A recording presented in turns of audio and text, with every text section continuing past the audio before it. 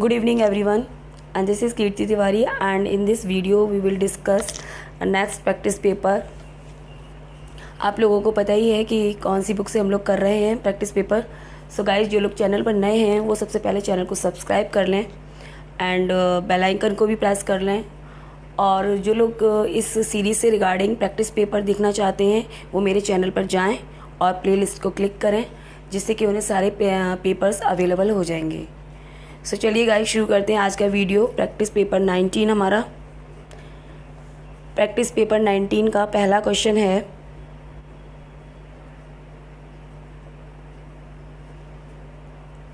Affection and hyperbole are chief characteristics of poetry. Hyperbole and affection chief characteristics हैं कौन सी poetry की. सो आपका answer, ये मेटाफिजिकल पोइट्री होती है तो आपका आंसर हो जाएगा बी, करेक्ट हो जाएगा. ठीक है, मेटाफिजिकल पोइट्री की जो चीफ विशेषताएं हैं वो हैं affection and hyperbole. Question number देखिए second. What is the meaning of meta. Meta का मीनिंग होता है बियॉन्ड. सो आपका राइट आंसर हो जाएगा C. C is right air, beyond. Next देखिए question number 3. Who said he affect the metaphysic. ये किसने कहा था, किसका स्टेटमेंट है. सो ये जॉन ड्राइडन ने कहा था, इसीलिए आपका जो आंसर है वो हो जाएगा सी, जॉन ड्राइडन. सी आपका करेक्ट हो जाएगा. क्वेश्चन नंबर देखिए 4. Who compares women's breast and an uncivilised land. Who compares.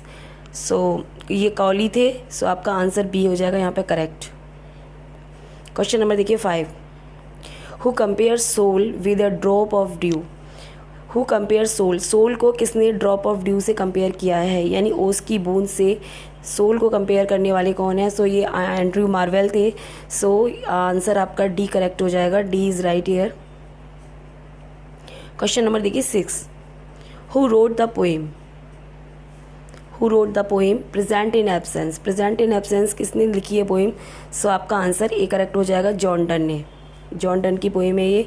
Who wrote an anatomy of the world. ये किसका वर्क है. ये anatomy of world John Donne ने लिखा है.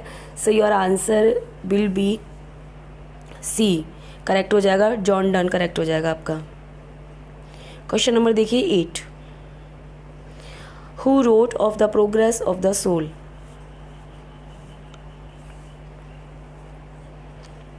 सो A is right here. John Donne का work है ये. Who wrote the poem the flea. ये भी जॉन डन का वर्क है. सो आपका ए यहाँ पर करेक्ट हो जाएगा. एक्चुअली यहाँ जॉन डन से मेटाफिजिकल पोइट्री की बात हो रही है, तो मेटाफिजिकल के जो डोमिनेंट पोइट हैं वो हमारे जॉन डन माने जाते हैं. इसीलिए उनके जो वर्क का क्रम है वो यहाँ दिखाया जा रहा है इन क्वेश्चंस में. In which poem these lines occur. ये किस पोइम की लाइन्स हैं. In some close corner of my brain there I embrace and kiss her. यानी कि किसी क्लोज कॉर्नर में मेरे ब्रेन के आई एम्ब्रेस एंड किस हर. ठीक है, तो ये लाइन्स हैं जॉन डन का poem presence in absence. So your correct answer हो जाएगा आपका बी. क्वेश्चन नंबर देखिए 11.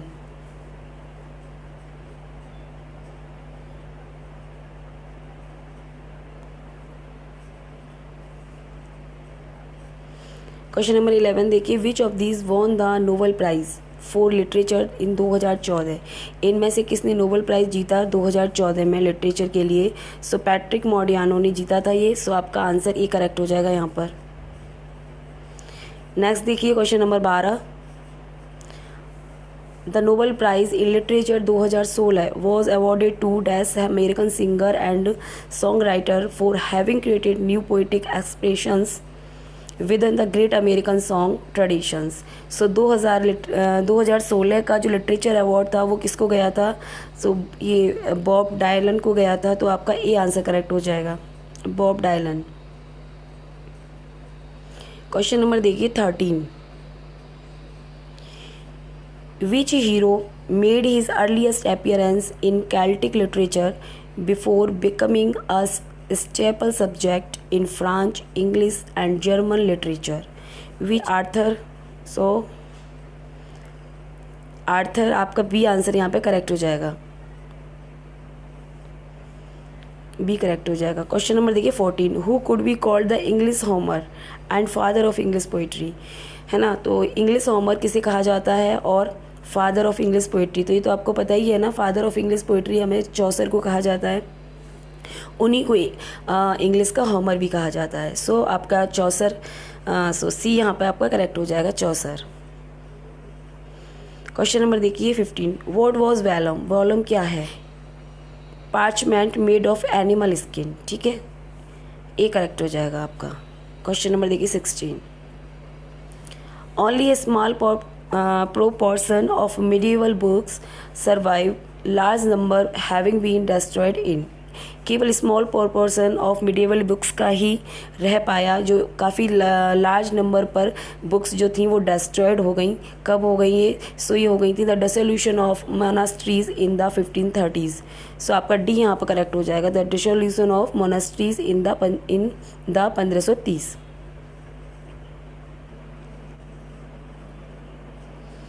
क्वेश्चन नंबर देखिए 17, हु स्टीज डेस्डिमोना हैंडकरचीफ, डेस्डिमोना का हैंडकरचीफ कौन चुराता है, एमिलिया चुरा लेती है उसका हैंडकरचीफ, जब उसे यागो कहता है चुराने को, तो आपका ए करेक्ट हो जाएगा यहाँ पे। क्वेश्चन नंबर देखिए 18, व्हाट डज यागो क्लेम, क्या क्लेम करता है Iago that Cassio did in his sleep, कि कैसियो अपनी नींद में क्या करता है, तो वो ये कहता है कि ओथेलो से कि जो कैसियो है वो अपनी नींद में डेस्डिमोना करता रहता है।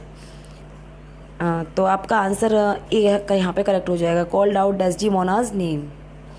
नेक्स्ट देखिए question number 19, what does Othello do to Iago after they make their vow of vengeance, है ना। तो क्या करता है ओथेलो इयागो को उसके वेंजियंस, वो ऑफ वेंजियंस के बाद प्रमोट्स कर देता है उसको एज ए लेफ्टिनेंट, है ना। सो डी आपका करेक्ट हो जाएगा, promote him to lieutenant. Question number देखिए 20, what does Othello do when Iago tells him that Cassio has slept with Desdemona, जो ओथेलो है वो क्या करता है जब उसको कैसियो बताता है कि, मतलब यागो ये बताता है कि जो कैसियो है वो डेस्डिमोना के साथ सो चुका है, तो उसको एक एपिलेप्टिक फिट पड़ जाता है ना, एक दौड़ा उसके पड़ जाता है सुनते ही। सो आपका डी यहाँ पे करेक्ट हो जाएगा, he has an epileptic fit.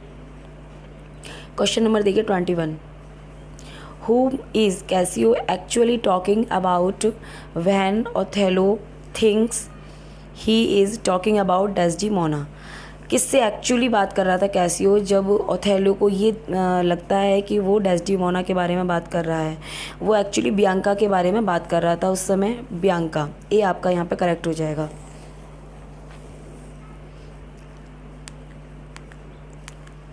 Question number देखिए 22,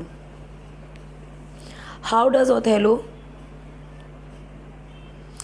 does Othello initially plan to kill Desdemona, ठीक है, हाउ डज कैसे वो प्लान करता है डेस्डिमोना को किल करने के लिए, क्या प्लान वो करता है। सो वो प्लानिंग करता है कि हम, मतलब मैं उसे जहर दे के मार दूंगा। सो सी आपका यहाँ करेक्ट हो जाएगा, बाई पॉइजनिंग हर।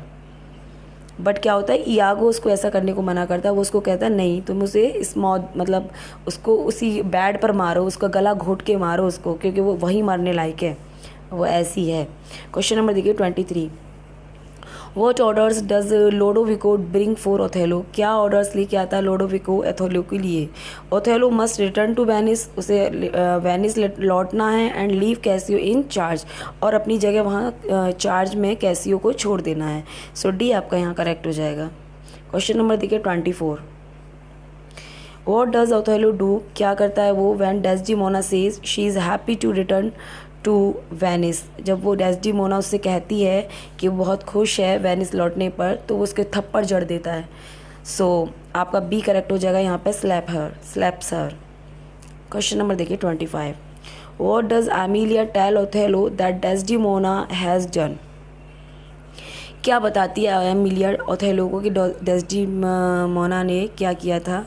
वो कहती है कि नथिंग सस्पिशियस, यानी कि उसने कुछ भी गलत नहीं किया था, और वो उसे बता देती है कि जो सारा किया धरा है वो इयागो का है और वही सब कुछ कर रहा था, ये सारी प्लॉटिंग उसी की हुई है, नथिंग सस्पिशियस। नेक्स्ट देखिए question number 26। What does Desdemona ask Emilia to do to her bed. क्या कहती है डेस्डिमोना एमिलिया से उसके बेड पे करने को। वो उससे कहती है कि मेरी जो शादी वाली बेडशीट थी ना, आज उसे बेड पर बिछा दो। So put the marriage sheet on it. So आपका बी करेक्ट हो जाएगा, put the marriage sheet on it.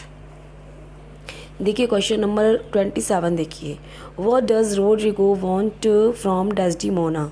क्या चाहता था रोड्रिगो डेस्डिमोना से। वो चाहता था कि to return the jewel Iago was suppose to give her. So यहाँ पे आपका ए करेक्ट हो जाएगा। क्वेश्चन नंबर देखिए 28। Where does Iago tell Roderigo that Othello and Desdemona are going. क्या बताता है इयागो रोड्रिगो को ओथेलो एंड डेस्डिमोना के बारे में कि वो लोग जा रहे हैं मॉर्सिनिया। क्वेश्चन नंबर देखिए 29। हाउ डज डेस्डिमोना से सी रेस्पॉन्ड टू बैड डीड्स। कि वह जिम्मेदार है बैड डीड्स के लिए। कैसे?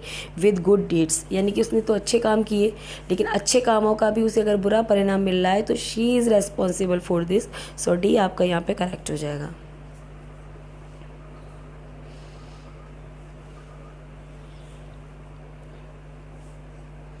क्वेश्चन नंबर देखिए 30। Who does Casio think has stepped him. वो सोचता है वह नहीं कि उसे नहीं पता। सो डी आपका यहाँ करेक्ट हो जाएगा, D he does not know. Question number देखिए 31। Why does Othello think cashew is crying out. Othello क्या सोचता है कैशियो इज़ क्राइंग आउट। उसे लगता है कि इयागो इज़ मर्डरिंग हिम, कि इयागो उसे मार रहा है। सो यहाँ पे ए करेक्ट हो जाएगा आपका। देखिए क्वेश्चन नंबर देखिए 32।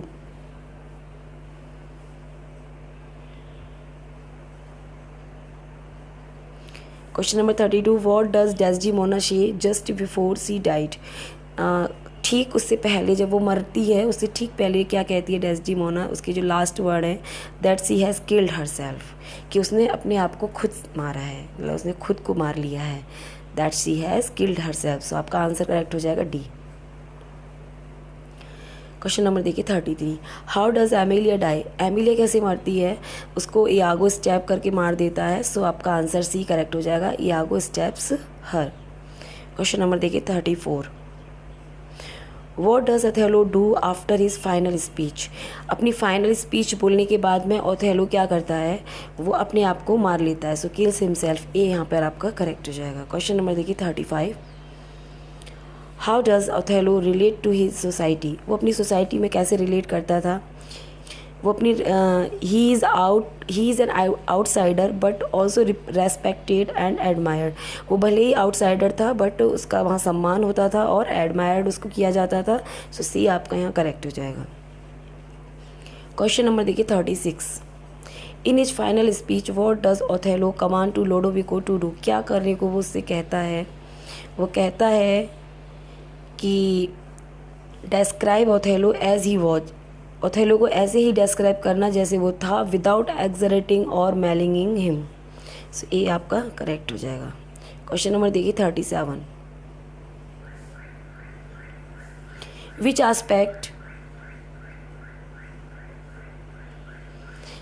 Aspects of Desdemona's characters are most contradictory. तो आपका करेक्ट आंसर हो जाएगा डी वाला, कि she is both beautiful and independent. D यहाँ पर सही हो जाएगा। क्वेश्चन नंबर देखिए 38। Which phrase best describes Iago character. कौन सा सेंटेंस इयागो को एकदम करेक्ट रिप्रेजेंट करता है। His motivations are never entirely clear. यानी कि पूरे प्ले में उसकी जो मोटिवेशंस हैं वो कहीं भी क्लियर नहीं होती हैं, तभी तो उसको मोटिवलेस विलन कहा गया है। नेक्स्ट देखिए क्वेश्चन नंबर 39।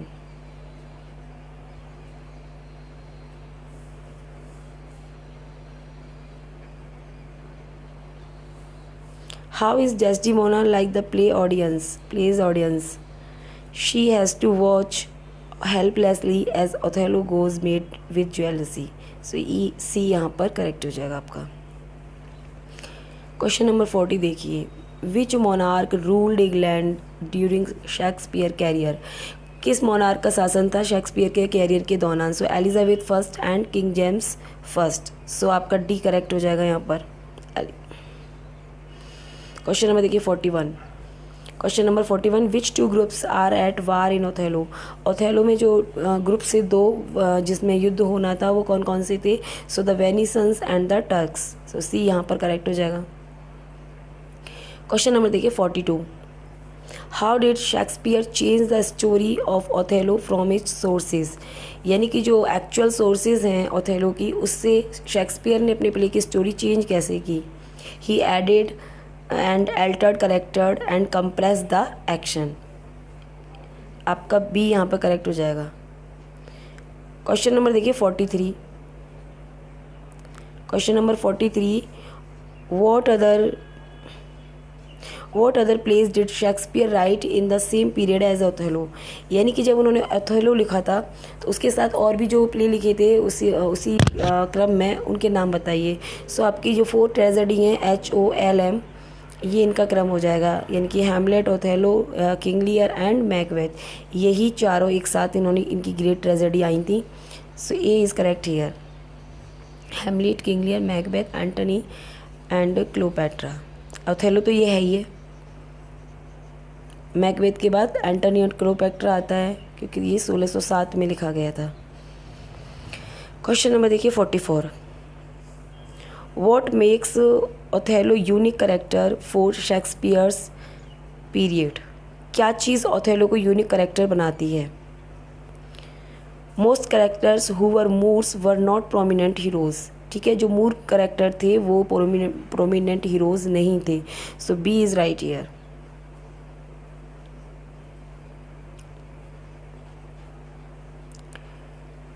देखिए क्वेश्चन नंबर देखिए 45, who commented perhaps no one has made so great as the first major link of wish and duty in the individual character as Shakespeare did.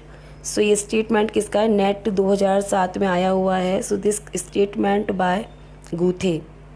So D correct हो जाएगा आपका, गूथे का statement है ये। Question number देखिए 46, Thomas de Quincey writes about Shakespeare in his work O Mighty Poet. Thy works are not as those of other men, simply and merely great works of art, but are also like the phenomena of nature, like the sun and the sea, the stars and the flowers, like frost and snow, rain and dew, hail and storm, and thunder, which are to be studied with the entire submission of our own faculties. This work is, ये किसके द्वारा ये work है जो लिखा गया है? So this work, ये जो वर्क है ये थॉमस दी क्विंसी के द्वारा लिखा गया है, जिसका नाम है on the knocking at the get in Macbeth. Question number देखिए 47, who wrote in on heroes, hero worship and in heroic in history, English man and English woman will say to one another, yes, this Shakespeare is ours, we produced him, we speak and think by him, we are of one blood and kind with him। बहुत अच्छी सा coat है ये, we speak and think by him, ये coat दिया गया है Thomas Carlisle के द्वारा। क्वेश्चन नंबर देखिए 48, Who writes I will translate Shakespeare the Ocean? Shakespeare को द ओशन किसने ट्रांसलेट किया है? The Victor Hugo. डी आपका यहाँ पे करेक्ट हो जाएगा। Who write I expected to receive a powerful aesthetic pleasure, but having read one after the other work regarded as his best, King Lear, Romeo and Juliet, Hamlet and Macbeth, and not only did I feel no delight, but I felt an irresistible repulsion and tedium। सो ये किसका statement है? Leo Tolstoy. ठीक है, question number देखिए 50, statement है यहाँ पर जो शेक्सपियर के लिए लोगों ने अच्छी जो डेफिनेशंस दी हैं वो। सो एक और एक डेफिनेशन यहाँ पर आ जाती है। नेक्स्ट देखिए, हु रोट, किसने लिखी ये फॉलोइंग लाइंस है ना। ये डेफिनेशन किसने दिया शेक्सपियर के लिए? व्हेन आई रीड शेक्सपियर, जब मैं शेक्सपियर को पढ़ता हूँ, आई एम स्ट्रक, मैं फंस जाता हूँ with wonder that such trivial people should muse and thunder in such lovely language, how boring, how small Shakespeare people are, yet the language so lovely like the dyes from gesture. So this statement was D.H. Lawrence का statement रहा है। ये सी आपका correct हो जाएगा। Question number देखिए यहाँ 51।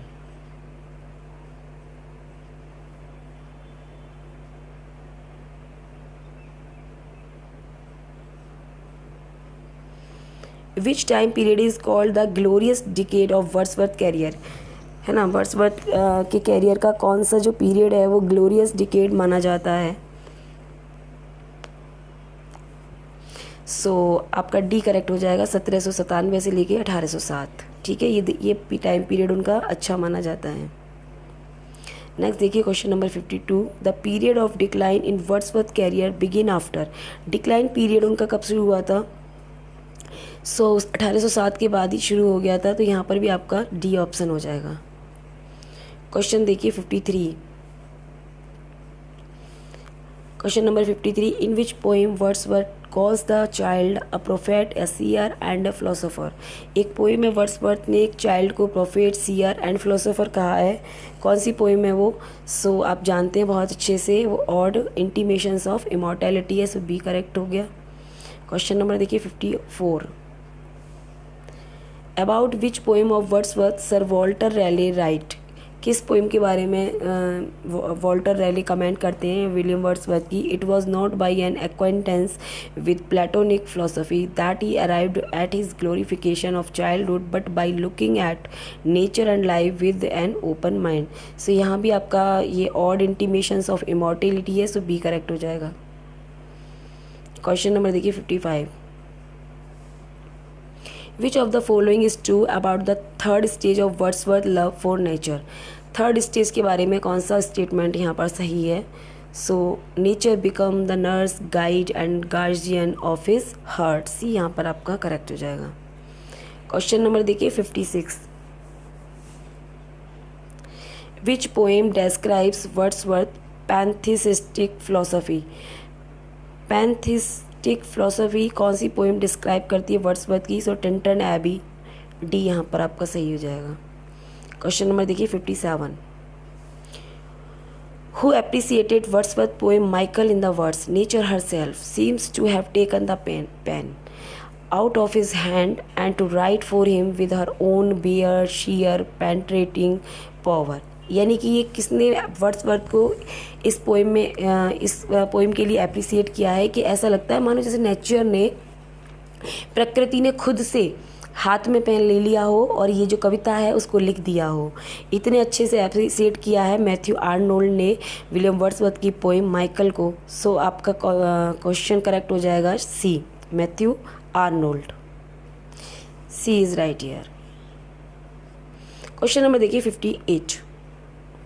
Question number 58 में है Michael, Isabel, Luke are the characters in the Wordsworth poem. तो ये तीनों करेक्टर आपको कहाँ देखने को मिलते हैं? सो आपको पता है ये माइकल जो पोएम है विलियम वर्ड्सवर्थ की ऊपर जिसकी हमने बात की अभी, उसी में ये तीनों करेक्टर मिलते हैं। माइकल, उसकी वाइफ का नाम इजाबेल है एंड उसका 18 साल का बेटा है ल्यूक।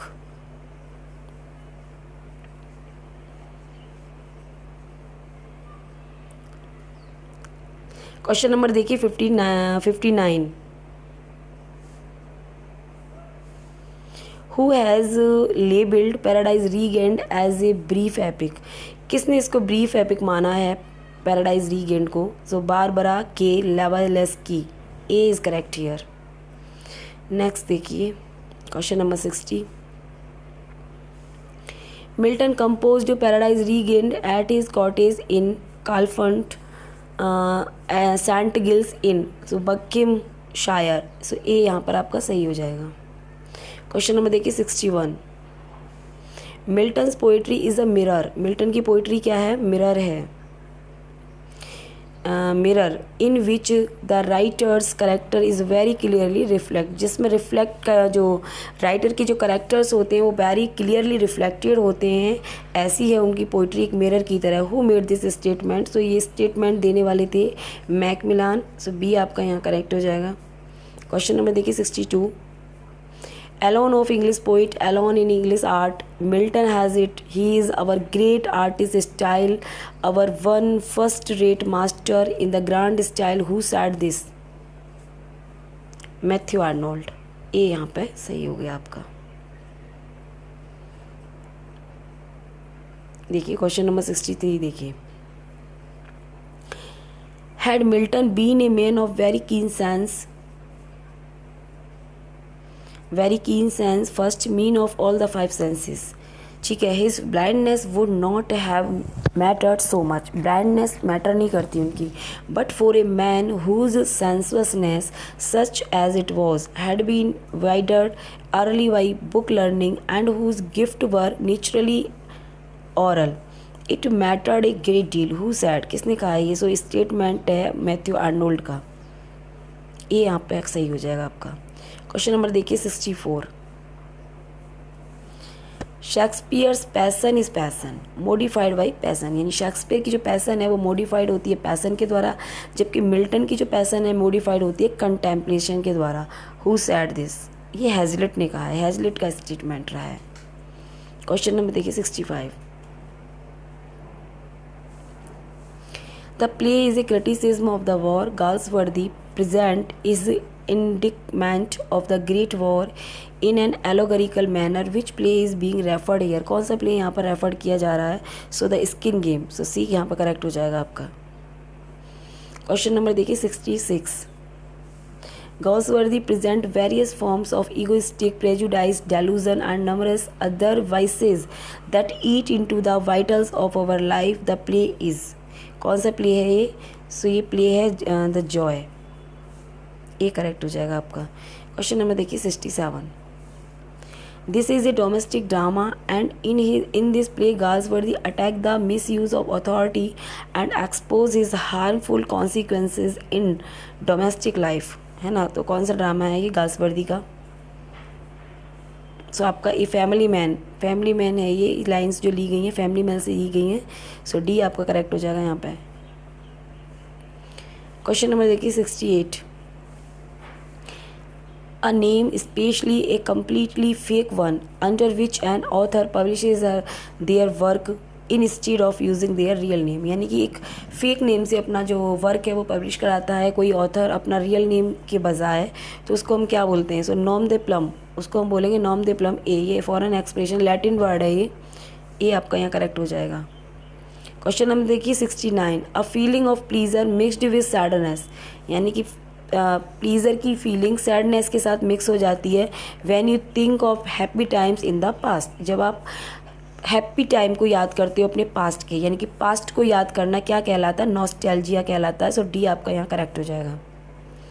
देखिए next question number 30, the branch of philosophy that studies concept such as existence, being, becoming and reality and, so इसको क्या बोलेंगे हम? ऑन्टोलॉजी।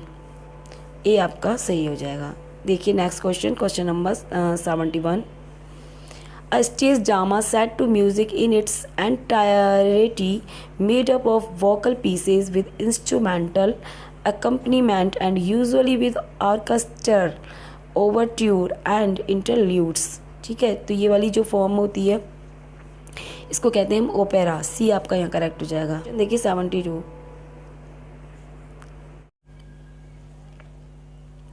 क्वेश्चन नंबर देखिए 72, अ फॉर्मल पब्लिक स्पीच और written words delivered in high praise of a person और thing, इसको क्या बोलेंगे हम? पैनीगायरिक्स। सो ए आपका यहाँ करेक्ट हो जाएगा।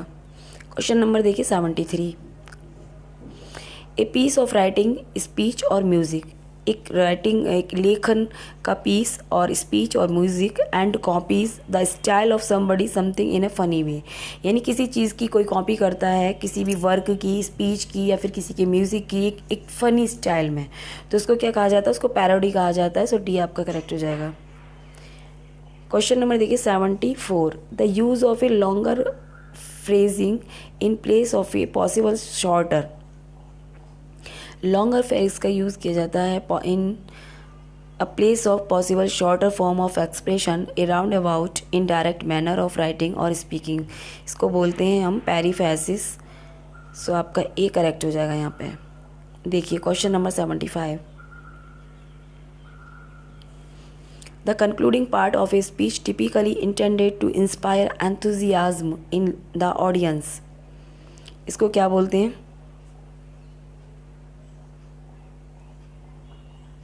पेरोरेशन। ए आपका यहाँ सही हो जाएगा। क्वेश्चन नंबर देखिए 76, द कैपिटल वाइसेस और कार्डिनल सिंस, ठीक है, कैपिटल वाइसेस और cardinal sins within Christian teachings, pride, greed, wrath, गुस्सा मतलब घमंड, लालच, गुस्सा, एनवी, जलन, lust, gluttony and sloth are called 7 deadly sins इनको कहा जाता है। सो आपका बी सही हो जाएगा यहाँ पे। क्वेश्चन नंबर देखिए 77, the combination of 4 classical cardinal virtue of prudence, justice, temperance, courage, ठीक है, the combination of 4 classical cardinal virtue, prudence, justice and temperance and करेज।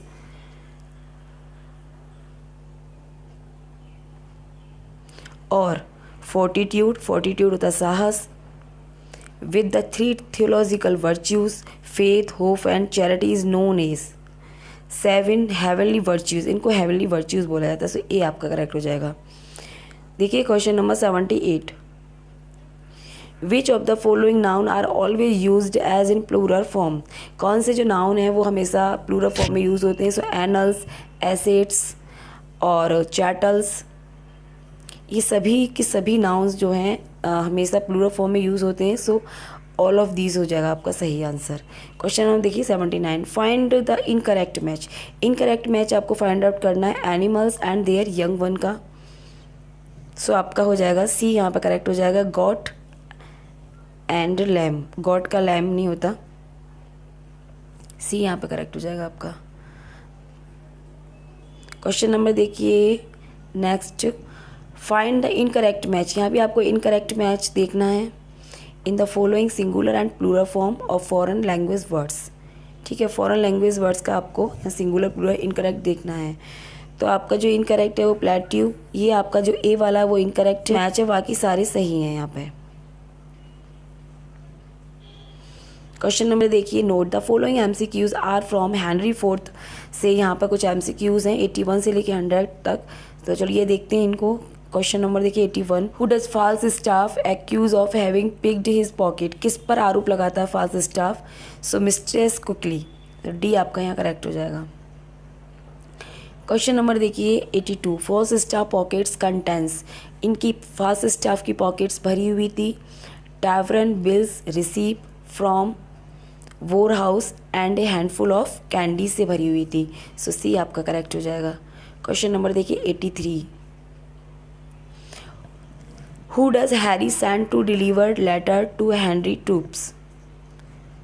किसको भेजता है हैरी लेटर डिलीवर करने? सो बारडोल्फ को भेजता है वो। सो ए आपका यहाँ करेक्ट हो जाएगा। देखिए क्वेश्चन नंबर 84 देखिए, after giving his order to the man at the tavern who does Harry depart with. यहाँ आपका पैटो बी सही हो जाएगा। क्वेश्चन नंबर देखिए 85, where is the rebels base camp. जो रेबल्स थे उनका बेस कैम्प कहाँ था? सो आपका डी यहाँ पे करेक्ट हो जाएगा, सूजबरी। सूजबरी में ही बैटल हुआ था। क्वेश्चन नंबर देखिए 86, who is sick and has decided not to send troops to the rebellion. कौन यहाँ पर बीमार है और जो डिसाइड करता है कि वो अपनी सेना नहीं भेजेगा रेबेलियन के साथ? सो हॉटस्पर फादर। बी आपका करेक्ट हो जाएगा। क्वेश्चन नंबर देखिए 87, after a series of setbacks, Hotspur decide that if the rebel must die, they will die merrily। ए आपका करेक्ट हो जाएगा यहाँ पे। क्वेश्चन नंबर देखिए 88, as the marches to the battle, what does Falstaff send Bardolph to buy। ठीक है। Question number 88 क्या है, as he marches to the battle what does Falstaff send Bardolph to buy, क्या खरीदने के लिए वारडोल्फ को भेजता है फालस्टाफ, तो उसे वो वाइन लेने के लिए भेजता है, तो सी आपका यहाँ पे करेक्ट हो जाएगा। क्वेश्चन नंबर देखिए 89, how does Falstaff abuse his power of impressment on the way to the battle, extorting bribes, D आपका यहाँ पे करेक्ट हो जाएगा। क्वेश्चन नंबर देखिए 90, at the rebel camp who argues that they should wait before starting the battle, कौन argue करता है, वॉरचेस्टर, B आपका करेक्ट हो जाएगा। क्वेश्चन नंबर देखिए 91, who brings the offer of peace to the rebels camp, कौन peace का ऑफर लाता है रेबल कैंप में, सो वही शांति दूत बनकर आता है वाल्टर ब्लंट, ए आपका यहाँ पर सही हो जाएगा। The Percy family feels like Henry has been ungrateful to the Percy for their help with overthrowing Richard. So यहाँ पे आपका डी करेक्ट हो जाएगा, overthrowing Richard. क्वेश्चन नंबर देखिए 93, Who does the Archbishop of York charge with delivering important letter? वो arc bishop जो York का, वो किसको लेटर डिलीव करने का चार्ज देता है, सर माइकल को, सो सी आपका करेक्ट हो जाएगा। क्वेश्चन नंबर देखिए 94, sir Michael says that even though Henry has more troops, Henry के पास क्या है, मोर ट्रूप्स है, the rebels have several powerful warriors, D आपका यहाँ पे करेक्ट हो जाएगा। क्वेश्चन नंबर देखिए 95, he is talking to Henry on the morning of the battle whose behaviour does Worcester blame for the conflict, Henry, so आपका A यहाँ पर correct हो जाएगा। क्वेश्चन नंबर देखिए 96, Harry suggest that the battle should be decided in single combat, Harry क्या suggest करता है कि जो बैटल है ना वो एक सिंगल कॉम्बैट में होना चाहिए, बिटवीन हिमसेल्फ, मतलब उसके बीच में और हॉटस्पर के बीच में होना चाहिए, सो आपका करेक्ट आंसर हो जाएगा यहाँ पे सी, हॉटस्पर। क्वेश्चन नंबर देखिए 97, who does Falstaff say are the only man who can keep honour, देखिए क्वेश्चन नंबर 97 में किसको फालस्टाफ कह रहा है कि वो केवल वह लोग हैं जिनको सम्मान प्राप्त हो सकता है, सो द डैट, डी वाला आपका यहाँ सही हो जाएगा। क्वेश्चन नंबर देखिए 98, why does Hotspur not consider Henrys offer of amnesty, वो उसका जो एमनेस्टी ऑफर है उसको क्यों नहीं मानता है, ही नेवर रिसीव इट, क्योंकि वो उससे कभी मिला ही नहीं, सो सी आपका यहाँ करेक्ट हो जाएगा। क्वेश्चन नंबर देखिए 99, who lies to Hotspur to help inside the battle, so आपका सही आंसर हो जाएगा वॉरचेस्टर, बी वाला करेक्ट हो जाएगा। क्वेश्चन नंबर देखिए 100,